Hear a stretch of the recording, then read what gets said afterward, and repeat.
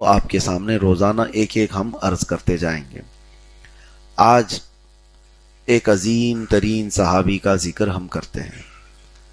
پچھلے سلسلے میں آپ نے جو صحابہ اکرام کی سیرتیں سماعت کی ہیں، ہم نے حضرت زید بن حارثہ رضی اللہ تعالیٰ عنہ ان کے متعلق آپ کے سامنے چند سیرت کے گوشے پیش کیے تھے۔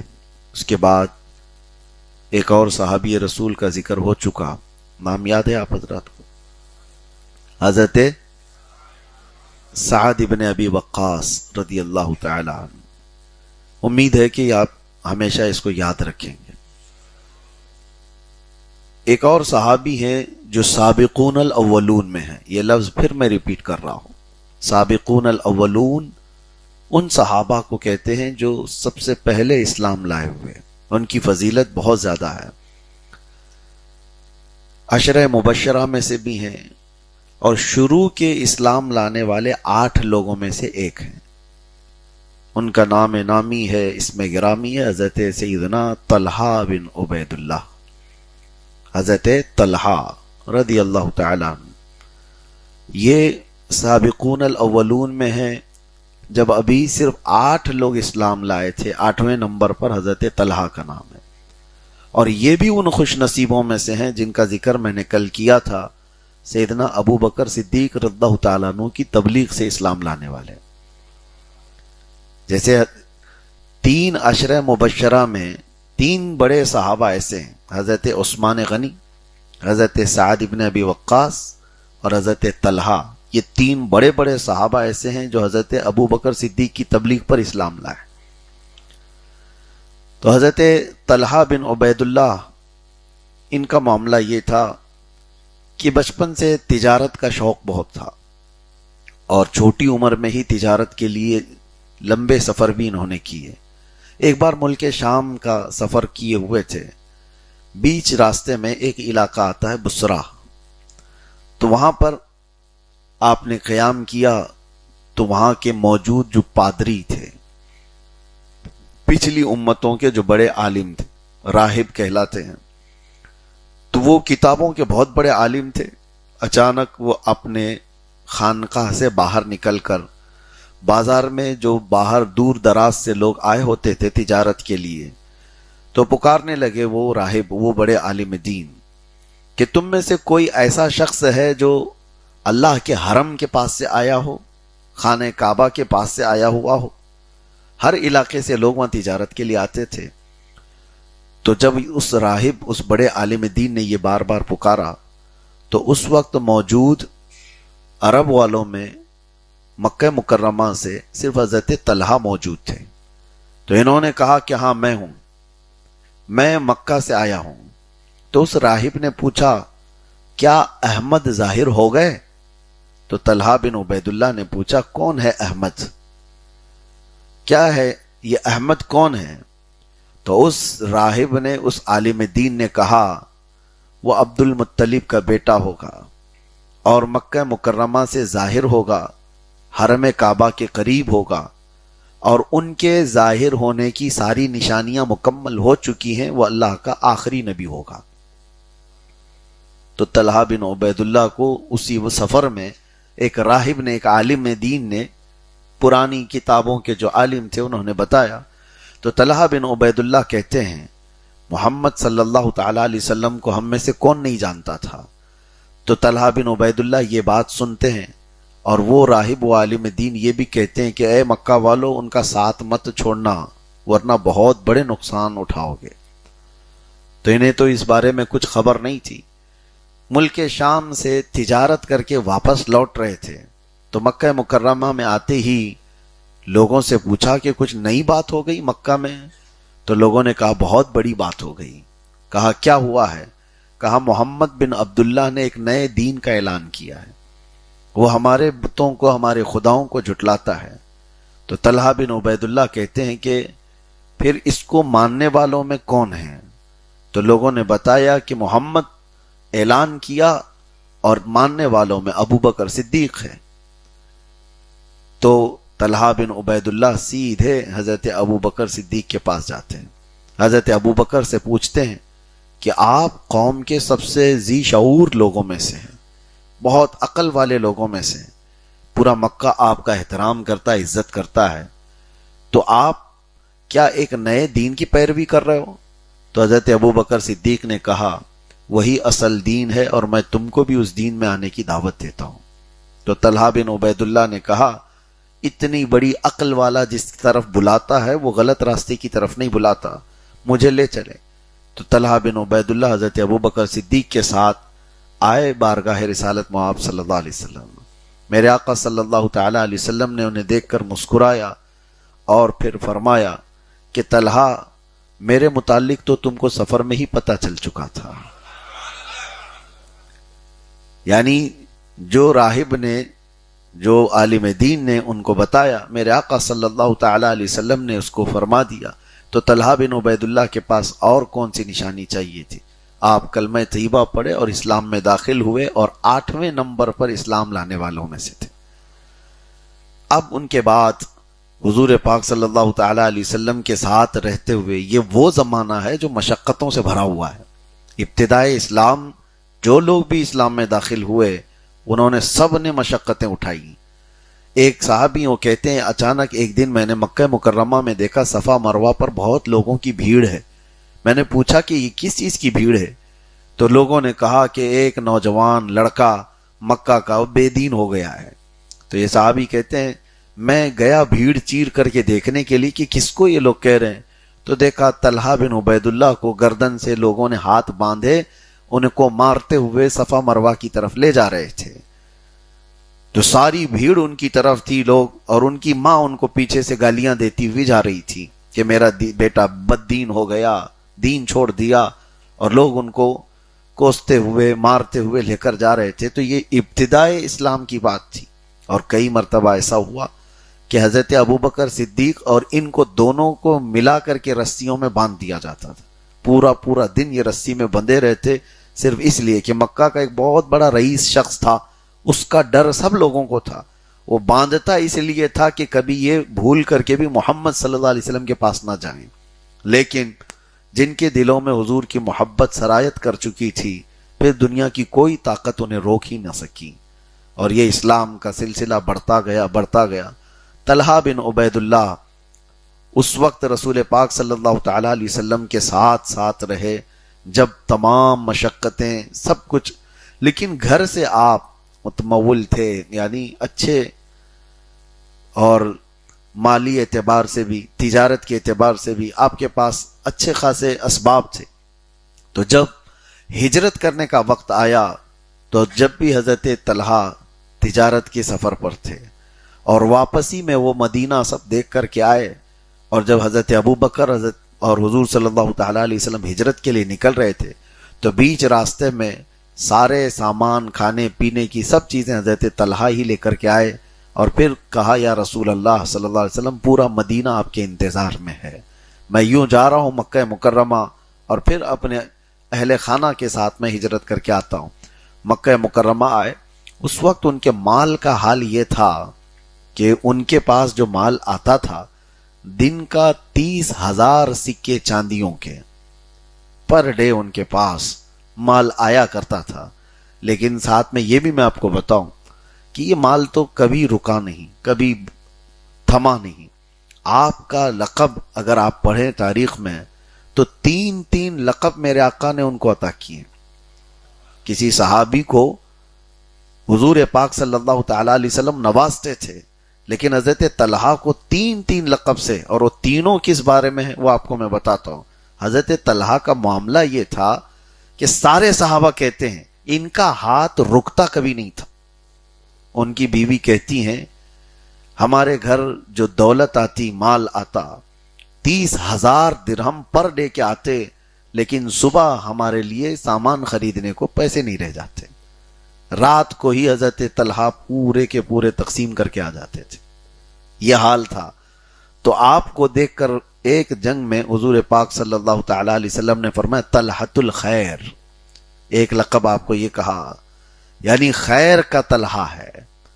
اور ایک مرتبہ حضور پاک صلی اللہ تعالی علیہ وسلم ایک سفر سے لوٹے، ایک کنویں پر حضور پاک صلی اللہ تعالی علیہ وسلم رکے، اس کنویں کا پانی بڑا میٹھا تھا، اچھا تھا، تو آپ نے پسند فرمایا.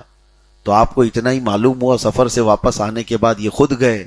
وہ ایک یہودی کا تھا، اس کو کئی ہزار چاندیوں کے سکے دے کر کنواں خرید لیا اور مسلمانوں کے لیے ہمیشہ کے لیے وقف کر دیا. میرے آقا صلی اللہ تعالی علیہ وسلم نے ان کو دیکھ کر فرمایا طلحۃ الفیاض. فیاض کہتے ہیں بہت سخاوت کرنے والے کو. حضور نے دوسرا لقب ان کو دیا، یہ طلحۃ الفیاض ہے. تیسرا ایک موقع تھا، ایک جنگ میں حضور پاک صلی اللہ تعالی علیہ وسلم صحابہ کے ساتھ جا رہے تھے. انہوں نے 4 لاکھ درہم وقف کر دیے تھے. میرے آقا نے ان کو فرمایا طلحۃ الجود، یہ بھی سخاوت، یعنی طلحۃ الخیر، طلحۃ الفیاض، طلحۃ الجود، یہ 3 لقب حضرت طلحہ کو دیے گئے اور ان کی بے انتہا سخاوت کی وجہ سے. اور جب مدینہ طیبہ گئے تو عراق میں آپ کی زمینیں تھیں، وہاں سے غلہ وغیرہ سب ملا کر جو آمدنی آتی تھی آپ کو وہ 4 لاکھ درہم ہوا کرتی تھی. اور لیکن ایک مرتبہ ایسا ہوا کہ حضرت عثمان غنی کے ہاتھ پر آپ نے ایک زمین بیچ دی. حضرت عثمان سے کہا کہ آپ خریدنا چاہتے ہیں؟ انہوں نے خرید لیا. اس مال میں تقریباً 6 لاکھ درہم آئے. اور ان کے خادم کہتے ہیں رات کو جیسی گھر پر یہ رقم آئی، ان کی بیوی کہتی یہ بے چینی اور بے قراری میں رات بھر سوتے نہیں تھے، صبح تک یہ جاگتے رہے.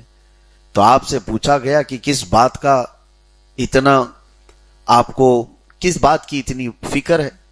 تو حضرت طلحہ کہتے ہیں میرے گھر میں اتنا زیادہ مال ہے، اگر موت آ گئی تو کیا ہوگا؟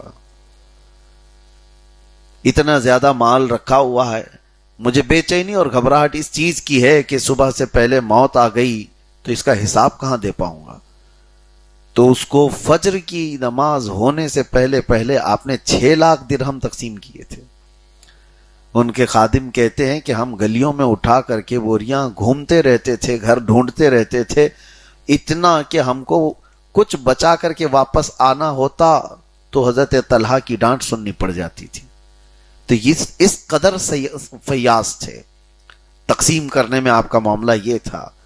اور اس کے بعد میرے عزیز ایک واقعہ ملتا ہے، حضور پاک صلی اللہ تعالی علیہ وسلم جب کبھی اپنے ہاں کوئی دور سے مہمان آتا تو اس کو حضرت طلحہ کے گھر بھیجتے. کوئی مہمان آئے، اور ایک مرتبہ جو مشہور آپ نے سنا بھی ہوگا کہ حضور صلی اللہ تعالی علیہ وسلم کے ہاں ایک مہمان آئے، انہوں نے اس مہمان کو اپنے گھر لے لیا. اتفاق ایسا کہ ان کے گھر اس دن کھانا بنا نہیں تھا. ان کی بیوی کہتی ایک ہی آدمی کا کھانا ہے، آپ مہمان بھی لے کر کے آئے، بچہ بھی ہے گھر میں. تو آپ نے اس وقت کہا مجھے تو اس کی خبر نہیں تھی، لیکن اب کیا کیا جائے. وہ بیویاں بھی ایسی نہیں جو کوسنے والی ہیں، پوچھا بھی نہیں، بتایا بھی نہیں، لے کے آ گئے، انتظام کیسے ہوگا. وہ صحابیہ تھی، وہ کہتی ہیں کوئی بات نہیں، فکر نہ کریں، رسول اللہ کا مہمان ہے.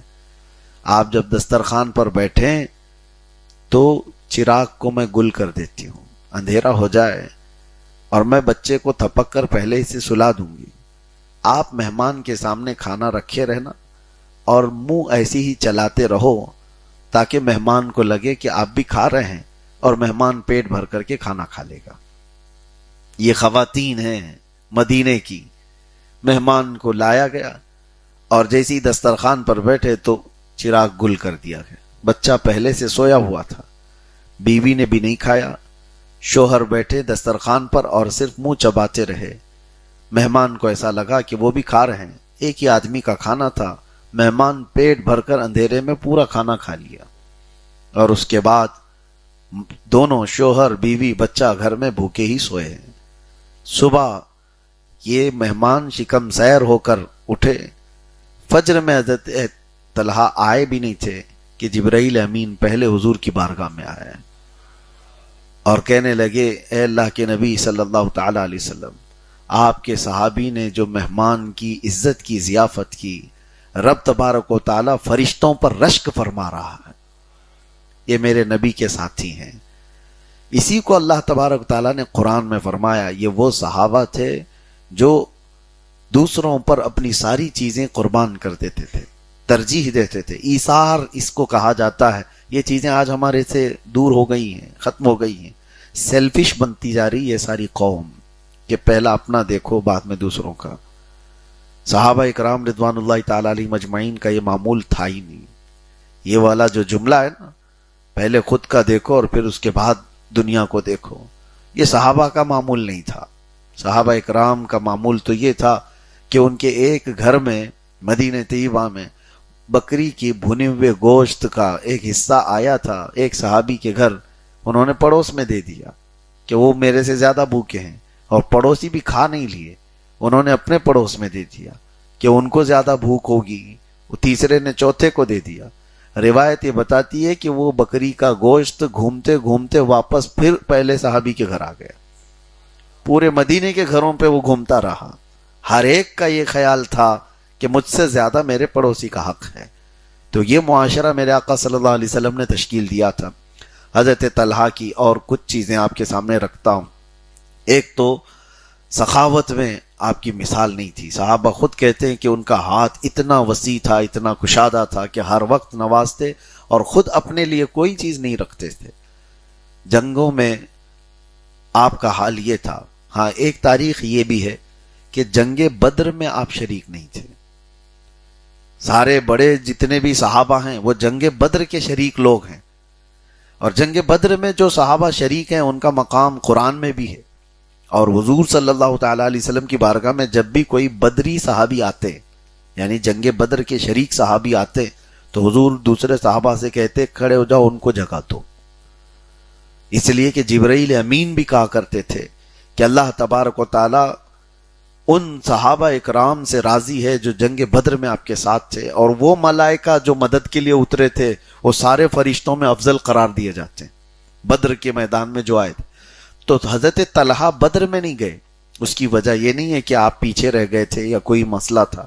حضور پاک صلی اللہ تعالی علیہ وسلم نے حضرت طلحہ کو اور حضرت سعید, دو صحابی ہیں, ان کو مکہ کے اس قافلے کی خبر لینے کے لیے پہلے ہی بھیجے تھے جو قافلے کو روکنا تھا بدر کے میدان میں. اور وہ اس قافلے کی خبر لینے کے لیے گئے تھے, کافی دور چلے گئے. اس وقت تک تو حضور صلی اللہ تعالی علیہ وسلم تک خبر آ گئی تھی, اور آپ 313 صحابہ کو لے کر چل بھی پڑے تھے, اور بدر کے میدان میں جنگ ہو بھی چکی تھی. اس کے بعد حضرت طلحہ واپس مدینے آئے, تب ان کو خبر لگی کہ حضور تو یہاں سے صحابہ کے ساتھ بدر کے میدان گئے. پھر آپ بھی بدر کی طرف لوٹ رہے تھے, تب تک رسول پاک صلی اللہ تعالی علیہ وسلم واپس آ رہے تھے فتح یاب ہو کر کے جنگ بدر سے. لیکن نبی کریم صلی اللہ تعالی علیہ وسلم جب بدر کے مال تقسیم کر رہے تھے تو حضرت طلحہ کو بھی اس میں شامل فرمایا, اور پھر یہ فرمایا بدر کے جتنے صحابہ ہیں جن کا نام ہم آج بھی تلاوت کرتے ہیں ان میں حضرت طلحہ کا نام بھی آتا ہے. حضرت طلحہ کا نام بھی آتا ہے, اور حضرت عثمان غنی بھی نہیں تھے بدر کے میدان میں. یہ بھی آپ کو تاریخ معلوم ہو, بڑے صحابہ میں سے. اس کی وجہ یہ تھی کہ حضور صلی اللہ تعالی علیہ وسلم کی بیٹی حضرت رقیہ جو حضرت عثمان غنی کے نکاح میں تھی, اس وقت وہ شدید بیمار تھی, تو حضور صلی اللہ تعالی علیہ وسلم انہیں چھوڑ کر گئے تھے مدینے میں. اور اتفاق ایسا کہ حضور جنگ بدر میں موجود تھے, اس وقت حضور پاک صلی اللہ تعالی علیہ وسلم کی بیٹی حضرت رقیہ کا مدینے میں انتقال بھی ہو گیا تھا. حضور پاک صلی اللہ تعالی علیہ وسلم اس میں نہیں تھے, حاضر نہیں تھے. جنازے میں, تدفین میں وہ حضرت عثمان غنی نے خود کیا تھا, لیکن واپس آنے کے بعد حضور صلی اللہ تعالی علیہ وسلم نے حضرت عثمان غنی کو بھی بدری صحابہ میں شامل کیا تھا. تو یہ بڑے صحابہ وہ ہیں جو بدری صحابہ میں شامل ہیں, اگرچہ جنگ میں گئے نہیں تھے. انہی میں سے حضرت طلحہ بن عبید اللہ ہے.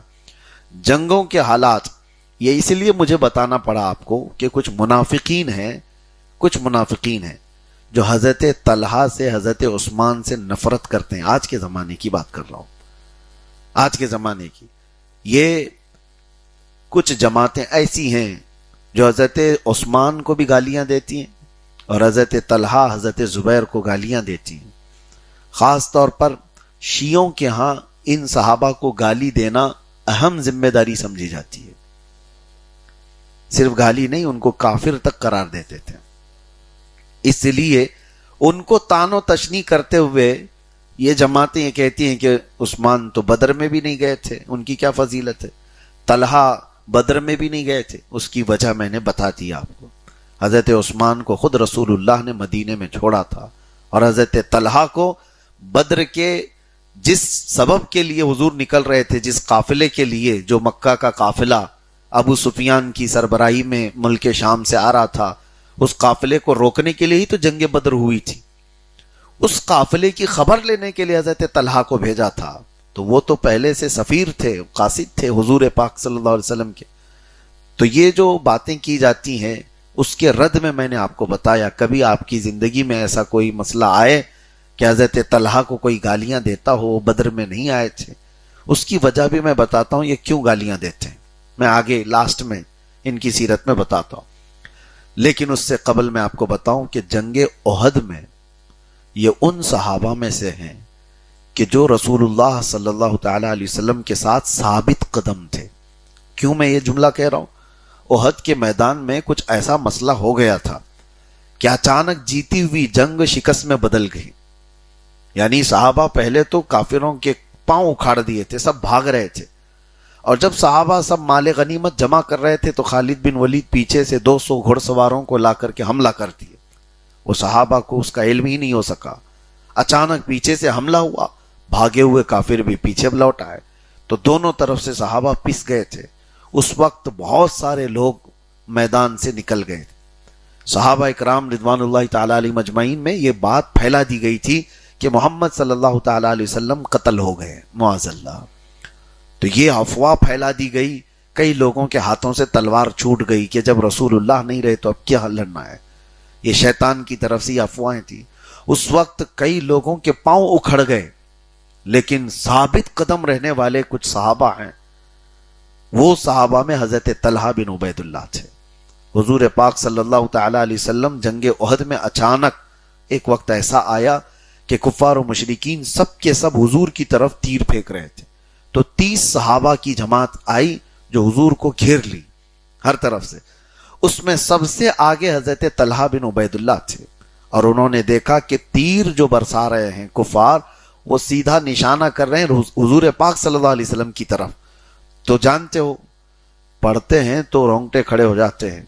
حضور پاک صلی اللہ تعالی علیہ وسلم کے چہرے کی طرف جب تیر پھینکے جا رہے تھے تو حضرت طلحہ اپنا سیدھا ہاتھ حضور کے چہرے کے سامنے رکھے ہوئے تھے، اور راویان حدیث بتاتے اتنے تیر ان کے ہاتھ پر لگے تھے کہ یہ ہاتھ پورا شل ہو گیا، پورا ہاتھ ان کا یہ بیکار ہو گیا، کسی کام کا نہیں تھا، اتنے تیر اس پر آئے، ان کی انگلیاں کٹ گئی، تیر اندر جاتے رہے، لیکن ایک تیر بھی حضور تک پہنچنے نہیں دیا۔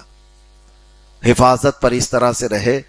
آپ کو میں بتاؤں کہ تاریخ میں یہاں تک بتایا گیا کہ 70 زخم ان کو لگے ہوئے تھے اس وقت۔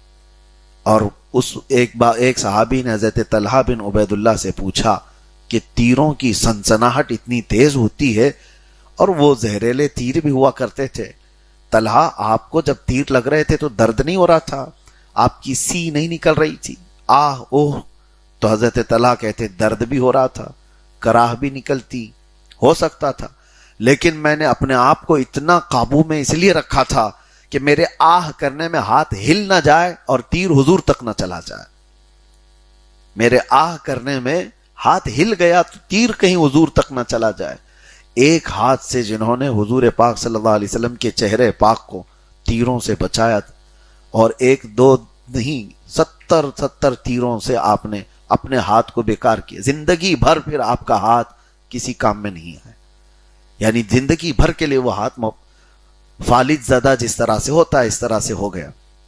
اب سنیے، یہ جنگ احد کی ہی بات نہیں، جس جنگ میں بھی رسول پاک صلی اللہ تعالی علیہ وسلم ان کو دیکھتے، جنگ احد میں اتنے زخم لگے تھے، ابھی احد کے میدان سے نکل کر مدینے پہنچ رہے تھے، احد کے میدان سے دوسرا دن ہے کہ ایک گروہ واپس مدینے پر حملہ کرنے کے لیے تیار تھا۔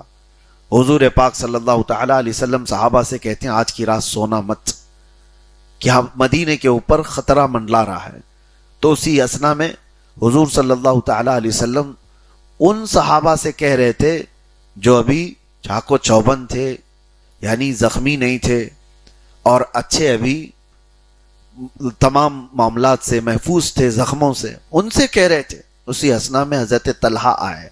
حضور صلی اللہ تعالی علیہ وسلم نے ان سے پوچھا کہ طلحہ تم اسلحہ نہیں ہے کہاں ہے؟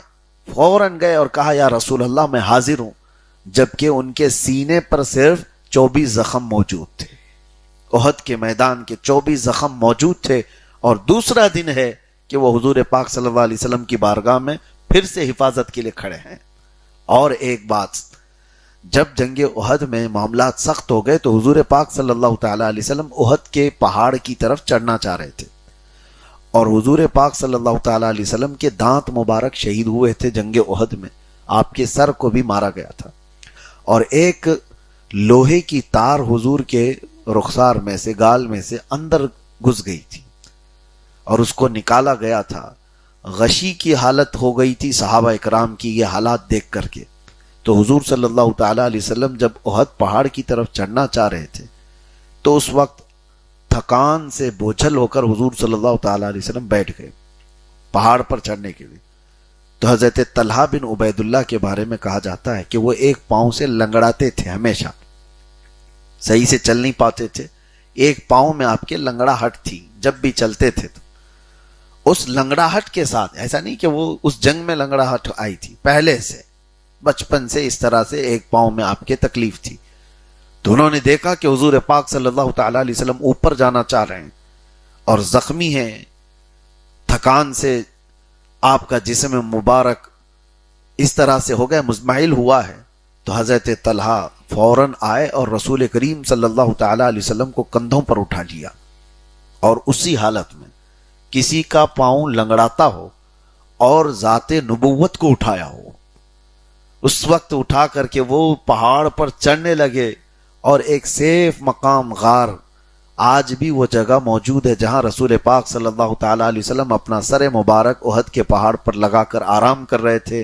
پہاڑ بھی اتنی جگہ نرم ہو چکا تھا، وہ جگہ آج بھی موجود ہے. وہاں تک لے جانے والے حضرت طلحہ ہیں. لوگوں نے ان کو بعد میں پوچھا کہ طلحہ تم تو لنگڑاتے ہو، ایک پیر بھی تمہارا صحیح نہیں، اور اتنی اونچائی پر تم لے کر کے کیسے گئے اللہ کے نبی صلی اللہ تعالی علیہ وسلم کو؟ حضرت طلحہ اس کے بعد مسکرا کر کہتے ہیں جس دن حضور پاک کو اٹھا کر وہ احد پہاڑ کی اوپر تک لے گئے، اس کے بعد سے لے کر کبھی ان کے پیر میں لنگڑاہٹ آئی نہیں، پیر کے اندر کبھی لنگڑاہٹ نہیں آئی، زندگی بھر آپ کے پیر صحیح سلامت تھے. کہا کہ ہم حضور پاک صلی اللہ تعالی علیہ وسلم کو نہیں لے گئے بلکہ اللہ کے نبی مجھے لے گئے تھے. یہ ان کے الفاظ ہوتے. اگر کوئی پوچھتا کہ اے طلحہ کیا آپ رسول اللہ کو اٹھا کر لے گئے، تو آپ مسکرا کر کہتے نہیں بلکہ اللہ کے نبی مجھے اٹھا کر لے گئے. صحابہ کا یہ ادب بھی تھا. لیکن بہرحال حضرت طلحہ کی جو زندگی تھی، اللہ کے نبی صلی اللہ تعالی علیہ وسلم نے فرمایا کہ طلحہ جنتی ہیں. عشرہ مبشرہ میں سے ان کا نام ہے. میں نے 10 صحابہ کا ذکر کیا تھا، وہ 10 صحابہ جن کو حضور نے دنیا میں جنت کی بشارت دی، ان میں سے حضرت طلحہ کا بھی نام ہے. 8 لوگوں میں جو شروع کے اسلام لانے والے 8 لوگوں میں بھی آپ کا نام ہے. وہ 10 لوگ جن میں حضور نے جنت کی بشارت دی، ان میں بھی آپ کا نام ہے. تیسری ایک اور بات میں بتاؤں کہ حضرت عمر فاروق کا انتقال ہو رہا تھا، اس سے پہلے آپ سے کہا گیا تھا حضرت عمر، کیونکہ آپ کو مسجد میں زخمی کیا گیا تھا اور 3 دن کے بعد حضرت عمر کی شہادت ہوئی تھی، تو حضرت عمر رضی اللہ تعالیٰ عنہ ان سے کہا صحابہ نے کہ اپنے بعد کسی جانشین کو آپ بنا دیجئے، کوئی خلیفہ. تو آپ نے خلیفہ نہیں بنایا، بلکہ لوگوں نے ان کے بیٹے کے بارے میں بھی کہا تھا عبداللہ ابن عمر کہ آپ اپنے بیٹے کو بنا دیجئے. جیسے آج پیر صاحب سجادہ نشین بنا کے چلے جاتے ہیں، ہاں کہ مطلب میرے بعد میرا بیٹا، بیٹے کے بعد پوتا، کسی دوسرے کو آنا ہی نہیں چاہیے. اسلام کا مزاج یہ نہیں تھا. حضرت عمر سے کہا گیا تھا کہ عبداللہ ابن عمر آپ کے بیٹے ہیں، ان کو آپ خلیفہ بنائیں. حضرت عمر نے کہا نہیں. 6 لوگوں کی کمیٹی بنائی. وہ 6 لوگ کون تھے؟ اس میں حضرت عثمان، حضرت علی، حضرت طلحہ، حضرت زبیر، حضرت عبد الرحمن بن عوف، حضرت سعد ابن ابی وقاص. یہ 6 لوگوں کی کمیٹی بنائی اور اس کے بعد کہا کہ میرے بیٹے عبداللہ ابن عمر کو بھی ساتھ میں رکھ لینا، بٹھا لینا، لیکن خلافت میں اس کا کوئی حصہ نہیں ہوگا. یہ آپ نے صاف طور پر فرما دیا، خلافت میں ان کا کوئی حصہ نہیں ہوگا. چاہے تو یہ 6 بڑے صحابہ ان کو ساتھ رکھ لیں. اور اس کے بعد پھر حضرت عمر نے یہ بھی کہا اگر سعد ابن ابی وقاص خلیفہ بن جاتے ہیں تو وہ ان کا حق ہے، ورنہ یہ 6 لوگ جس کو منتخب کریں وہ خلیفہ ہیں. پھر وہ خلافت کیسے طے ہوئی تھی؟ اس وقت اس میں حضرت عبد الرحمن بن عوف کا بڑا کردار تھا. حضرت طلحہ، حضرت زبیر، یہ 2 صحابہ ہیں جن کو حضور صلی اللہ تعالی علیہ وسلم نے مدینے میں بھائی بھائی بھی بنایا تھا، اور حقیقت میں یہ بھائیوں سے زیادہ قریب رہ کر کے زندگی گزارے. وہ کمیٹی میں تھے. حضرت سعد ابن ابی وقاص حضرت عثمان کے حق میں تھے. حضرت طلحہ اور حضرت زبیر، پہلے سب کو کہا گیا کہ آپ اپنا بتائیے آپ میں سے کون کینڈیڈیٹ ہے. تو حضرت طلحہ نے اپنا منع کر دیا، حضرت زبیر نے اپنا منع کر دیا کہ ہم خلافت کے امیدوار نہیں ہیں، لیکن آپ میں سے باقی لوگوں میں سے کوئی اگر خلیفہ بننا چاہے تو ہم اس کو سپورٹ کرتے ہیں. تو 2 لوگ الگ ہو گئے. اور اس کے بعد حضرت عبد الرحمن یہ اکیلے تھے. حضرت سعد ابن ابی وقاص، ان سے پوچھا گیا تو حضرت عثمان غنی کے حق میں تھے اور خود بھی نہیں. اب بچتے تھے صرف 2 ہی لوگ، حضرت عثمان اور حضرت علی. اور حضرت عبد الرحمن بن عوف دونوں سے جا کر الگ الگ بات کرتے ہیں. دونوں سے حضرت عثمان سے کہا کہ اگر علی خلافت پر بیٹھے تو آپ کیا کہیں گے؟ حضرت عثمان نے کہا کہ میں ان کی بیعت کر لوں گا. پھر حضرت علی سے جا کر پوچھتے ہیں کہ اگر عثمان ابن عفان کو خلیفہ بنا دیا جائے تو آپ کیا کہیں گے؟ حضرت علی کہتے ہیں جو آپ کا فیصلہ ہوگا میں بیعت کر لوں گا. تو جب یہ ساری باتیں ہو گئی تو حضرت عبد الرحمن بن عوف نے اس کمیٹی میں ایک رول ادا کرتے ہوئے اعلان کیا کہ ہم اس بات پر متفق ہیں کہ عثمان ابن عفان کے ہاتھ پر بیعت کریں. باقی سارے صحابہ میں اس وقت حضرت طلحہ بھی تھے، سبوں نے حضرت عثمان غنی کے ہاتھ پر بیعت کر لیا. اب یہاں تک بات تو ٹھیک ہے. حضرت عثمان غنی کا زمانہ 12 سال چلا. ان کے بعد جو مسئلہ آیا، حضرت عثمان غنی کے بعد باقی یہ کمیٹی کے پورے لوگ موجود تھے، سب تھے. حضرت سعد ابن ابی وقاص، حضرت عبد الرحمن بن عوف، حضرت طلحہ، حضرت زبیر اور حضرت علی. اب مسئلہ حضرت عثمان کی شہادت کے بعد جو آیا، لوگ سب کے سب آئے حضرت علی سے کہنے لگے کہ آپ خلافت کے زیادہ حقدار ہیں، آپ بیعت لے ہم سے. حضرت علی نے فرمایا تم لوگ مت بولو یہ سب چیزوں کو، ہاں بدری صحابہ اگر مجھ سے کہتے ہیں تو میں آتا ہوں. تو بڑے بڑے صحابہ آئے. ان میں سے سب سے پہلے حضرت علی رضی اللہ تعالیٰ عنہ کو ان کے گھر سے ممبر پر لانے والے حضرت طلحہ بن عبید اللہ تھے. یہ ظالم آج حضرت طلحہ کو گالیاں دیتے ہیں. جب حضرت علی رضی اللہ تعالیٰ عنہ ممبر پر سے اعلان کرتے ہیں کہ بدری صحابہ اور حضور کے بڑی عمر کے صحابہ یہاں موجود ہیں، انہوں نے مجھے اس ممبر پر بٹھایا ہے، تو میں اعلان کرتا ہوں کہ مجھ سے پیش رو جو خلفاء تھے میں ان کا جانشین ہوں. جیسے حضرت علی نے یہ اعلان کیا، سب سے پہلے حضرت علی کے ہاتھ پر بیعت کرنے والے حضرت طلحہ بن عبید اللہ. لیکن تاریخ کا ایک حصہ ایسا ہے کہ یہی حضرت طلحہ ہیں، یہی حضرت طلحہ. دیکھیں مشاجرات صحابہ کو بیان کرنا منع کیا گیا ہے. مشاجرات صحابہ کا مطلب کیا ہے؟ صحابہ کے درمیان جو آپس میں جو لڑائیاں ہوئی ہیں، سنی ان کا ذکر ایسا نہیں کرتے، اس لیے کہ سب کی کیپیسٹی اتنی نہیں ہے کہ ہم ان بڑے لوگوں کے درمیان ہوئے معاملات کو جج کر سکیں. ہوتا کیا ہے، ایک پلہ بھی تم نے بھاری کر دیا تو دوسرے کو آپ اپنے دل سے اتار دیں گے اور اس کو گمراہ کرنے لگ جائیں گے اور خود گمراہ ہو جائیں گے. اس لیے صحابہ کے درمیان جو معاملات ہوئے ہیں ان کا چرچا نہ کریں، یہ گمراہ لوگوں کی عادت ہے. اور آج کھلے عام یہ انٹرنیٹ پر چل رہا ہے، مناظرے کر رہے ہیں. حضرت علی حضرت معاویہ کے بیچ میں جو معاملات ہوئے، یہی بات ہے کہ حضرت طلحہ حضرت زبیر دونوں عشرہ مبشرہ میں سے، حضرت طلحہ حضرت زبیر عشرہ مبشرہ میں سے. لیکن اتفاق ایسا ہوا کہ یہ دونوں حضرت علی کے آمنے سامنے آ گئے. ایک جنگ ہوئی ہے جس کو جنگ جمل کہا جاتا ہے. اس جنگ میں حضرت طلحہ حضرت زبیر سامنے کی طرف تھے اور حضرت علی دوسری طرف تھے. اور صرف یہ 3 میں نہیں، دونوں کی طرف بڑی بڑی فوج بھی تھی، جنگ بھی ہوئی. اور اس میں بھاری نقصان بھی ہوا. اس وقت حضرت طلحہ رضی اللہ تعالیٰ عنہ حضرت زبیر گئے کیوں تھے حضرت علی کے خلاف؟ اس کی وجہ صرف یہ تھی کہ حضرت طلحہ، حضرت زبیر، حضرت عائشہ صدیقہ ام المومنین، ان سب کا مطالبہ تھا، ان سب کا ایک مطالبہ تھا حضرت علی سے کہ اب آپ خلیفہ بنے ہیں، فوراً حضرت عثمان کو جنہوں نے قتل کیا اس کا بدلہ لیجیے. آپ بات سمجھ میں آ رہی ہے؟ یہ بات اٹھی ہوئی تھی کیونکہ حضرت عثمان غنی کا قتل ہوا تھا. خلافت کے منصب پر ہوتے ہوئے ان کے گھر میں آ کر کے بلوائیوں نے حضرت عثمان غنی کو قتل کیا تھا. ایک وقت کے رننگ خلیفہ کو قتل کرنا یہ معمولی بات نہیں تھی. اسلام کی اس کے ساتھ عزت جڑی ہوئی تھی. تو یہ جو بڑے صحابہ تھے حضرت علی سے یہ مطالبہ کر رہے تھے. اور حضرت علی کیا کہہ رہے تھے؟ حضرت عثمان کے قاتل، یہ جیسے موب لنچنگ ہوتی ہے، موب لنچنگ میں کس کو سزا دی جائے گی؟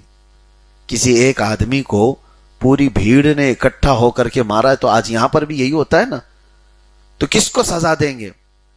مرڈر کی سزا کس کو دی جائے گی؟ یہ تو بڑا مسئلہ ہے، کرٹیکل ہے. آج تو چلے پولیس ویڈیو سے سب سے پہچان کر کے پکڑ لے گی کہ فلاں فلاں تھا. پہلے کے دور میں اگر ایک بھیڑ جمع ہو کر کسی کو قتل کر دے تو پتہ کس پر ہو، الزام کس کے سر پر ہو. تو حضرت علی یہ کہہ رہے تھے کہ بدلہ لینے کا یہ صحیح وقت نہیں ہے. ایک بہت بڑی جماعت آئی تھی جو خلیفہ کو قتل کیے، وہ وقت مانگ رہے تھے، اور ادھر سے قصاص کا مطالبہ بڑھتا گیا. بات سمجھ میں آئی؟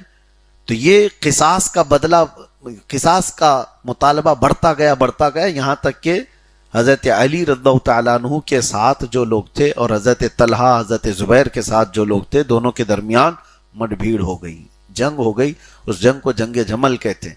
آپ کو میں وہ جنگ بتانا نہیں چاہ رہا ہوں اس میں ہوا کیا تھا، لیکن آج کے گمراہ لوگ اس جنگ کو بتا کر کے حضرت طلحہ حضرت زبیر کو گالیاں دیتے ہیں کہ وہ مولا علی کے مقابل میں آئے تھے. تمہاری حیثیت کیا ہے جو ان صحابہ اکرام پر بھونکتے ہو؟